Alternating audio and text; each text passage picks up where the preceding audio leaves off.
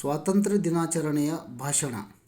ಸನ್ಮಾನ್ಯ ಅಧ್ಯಕ್ಷರೇ, ಪೂಜ್ಯ ಗುರುಗಳೇ ಹಾಗೂ ನನ್ನ ಸಹಪಾಠಿ ಮಿತ್ರರೇ, ಇವತ್ತು ನಾನು ಸ್ವಾತಂತ್ರ್ಯ ದಿನಾಚರಣೆಯ ಬಗ್ಗೆ ಒಂದೆರಡು ಮಾತುಗಳನ್ನಾಡುತ್ತೇನೆ.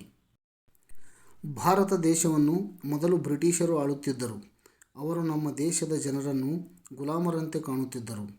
ನಮ್ಮ ದೇಶದ ಜನರ ಮೇಲೆ ಅನ್ಯಾಯ, ಅತ್ಯಾಚಾರ ಮಾಡುತ್ತಿದ್ದರು. ಈ ಬ್ರಿಟಿಷರು ನಮ್ಮ ದೇಶವನ್ನು ಸುಮಾರು 150 ವರ್ಷಗಳಿಗಿಂತ ಹೆಚ್ಚು ಕಾಲ ಆಳಿದರು. ಇಂತಹ ಬ್ರಿಟಿಷರನ್ನು ಭಾರತದಿಂದ ಓಡಿಸಲು ನಮ್ಮ ದೇಶದ ಅನೇಕ ಕ್ರಾಂತಿಕಾರರು ತಮ್ಮ ಜೀವವನ್ನು ಬಲಿದಾನ ಮಾಡಿದರು. ಮಹಾತ್ಮ ಗಾಂಧೀಜಿಯವರ ನೇತೃತ್ವದಲ್ಲಿ ಸಾಕಷ್ಟು ಪರಿಶ್ರಮದ ಫಲವಾಗಿ ಕೊನೆಗೆ 15 ಆಗಸ್ಟ್ 1947ರಂದು ದೇಶಕ್ಕೆ ಸ್ವಾತಂತ್ರ್ಯ ದೊರೆಯಿತು. ಇಷ್ಟು ಹೇಳಿ ನನ್ನ ಚಿಕ್ಕ ಭಾಷಣವನ್ನು ಮುಗಿಸುತ್ತೇನೆ. ಜೈ ಹಿಂದ್, ಜೈ ಭಾರತ್.